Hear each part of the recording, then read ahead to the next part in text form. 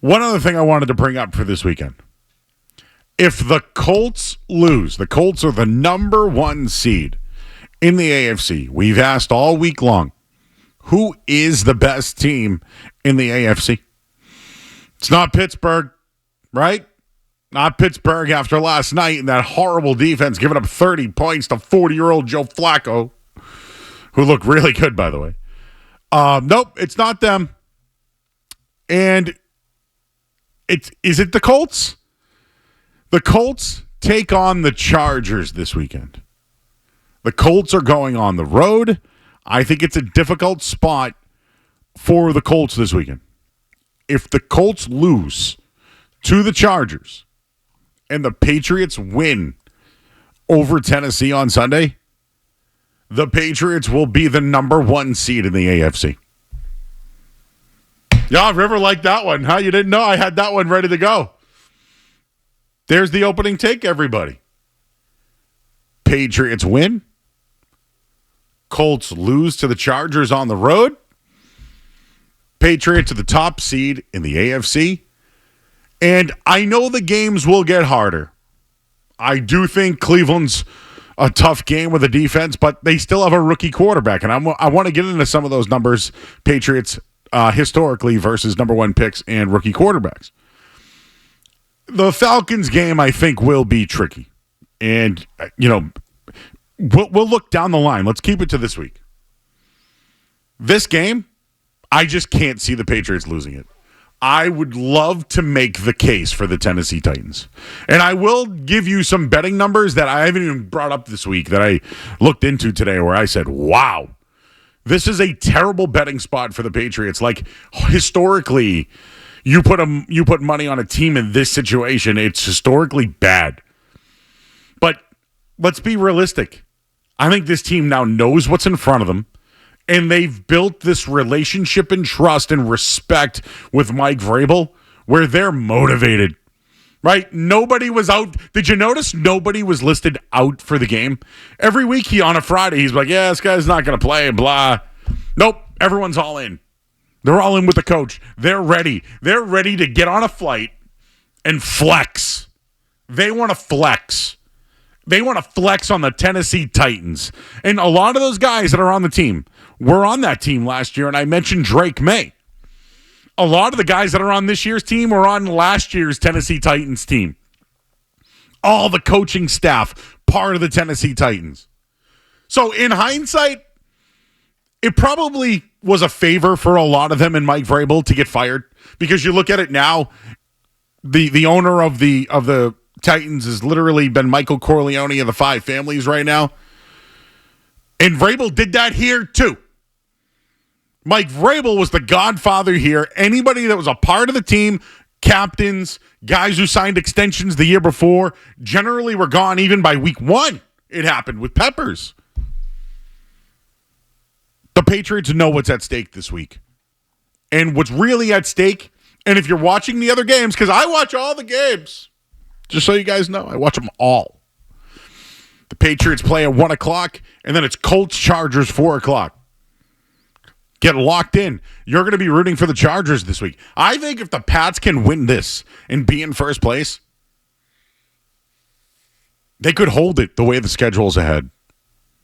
I'm crazy telling you after 6 weeks or after 7 weeks that the Patriots could get the number one seed and with a favorable schedule ahead could really hold on to it. That's where we're at right now. It's where we're at. I'm normally the guy who says, come on, it's week 7. It's a long season. That's how much things have changed for the New England Patriots. That's the type of impact Mike Vrabel has made to the team. That's the kind of just elevation that you've seen from Drake May. I mean, you're looking at their free agent signings. You're looking at just a lot of the guys in place. Guys that were drafted in Bill Belichick's draft. Kayshon Boutte, say what you want about him, but he is elevated. Right? Stephon Diggs, you see his impact on the team. You know, Mac Hollins comes over. I know he's been in Josh McDaniel's system, but he's been a find. He's been great. I can't say enough about Milton Williams and actually having Christian Barmore back. Like, the Patriots are different. It's not the stink of last year's locker room or the years before. I brought this up yesterday too, and this is why I think it does matter this week. This is the revenge spot. I think Vrabel wants to turn the knife. They're ready to do it. And I think where they're going to do it is on the running game. Tennessee, 133 yards on the ground. Get it going this week. Stevenson, whether it's Travion Henderson in his little jersey that we'll talk about later. Today, this is the week where they get it going. But I think they turn the knife big time. And I think they embarrass the hell out of the Tennessee Titans. And normally, I'd be the other way. Normally, I'd be like, Patriots 3 in a row now. Coming off that another emotional win. Tough one on the road. I got to do it again. Oh, coach just got fired. All those spots are there. They're there. If the Patriots have a letdown, it's a huge step back. Huge step back. But on Sunday, Patriots win. You get a chance to watch the Colts-Chargers. If the Colts lose, the Patriots would be the number 1 seed in the AFC. Is it business or is it personal this week? Mike Vrabel's talking it up like it's business, okay? But you know what? Sometimes business can be personal.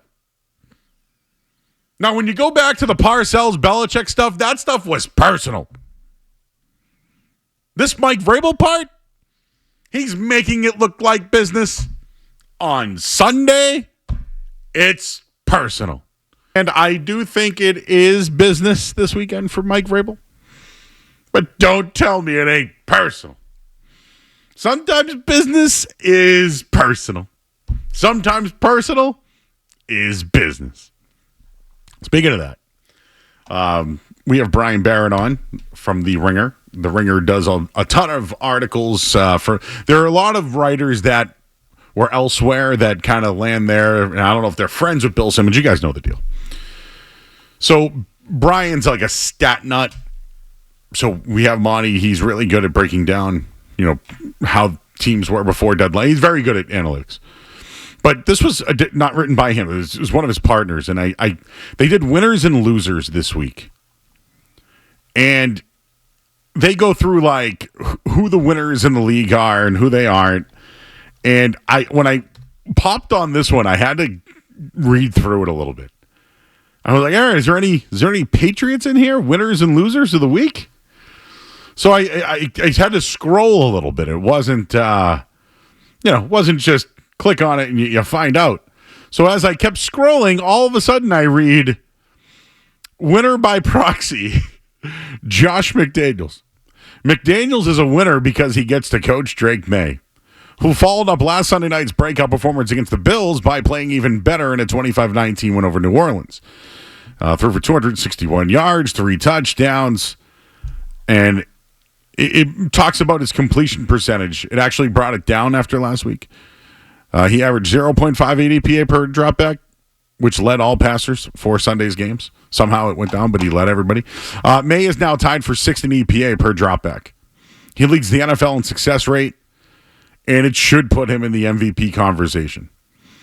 A lot of people credit the offensive coordinator for helping a young quarterback make the leap. But I'm not sure that's warranted in this case. McDaniels' play calling has been fine. He hasn't generated much of a run game to make life easier for May. In fact, the ground game has had the opposite effect. New England ranks dead last in EPA per run and is tied for 28th in run success rate. But May's excellence as a passer on 2nd and 3rd downs has made up for it. This was the case again against New Orleans as New England's running back scrounged up just 45 yards on 22 attempts. McDaniels did set May up for success with a few well-timed deep shot plays against the Saints, but May didn't require wide-open windows to complete them. His first quarter touchdown to Kayshon Boutte was thrown into a non-existent window after May evaded the rush in a crumbling pocket. Next-gen stats. All 3 of May's touchdown passes were made under pressure and traveled more than 25 air yards. May made it look easy against the Saints, but the degree of difficulty couldn't have been higher. And now, McDaniels is living the offensive coordinator dream once again. After he got to call plays for Tom Brady in the 2000s, which turned McDaniels into a rising coaching star. It looks like he has attached himself to another generational quarterback talent. And if McDaniels hasn't burned so many bridges from his final 2 coaching stints as a head coach, I tout him as a potential hot name in the next hiring cycle thanks to May's play.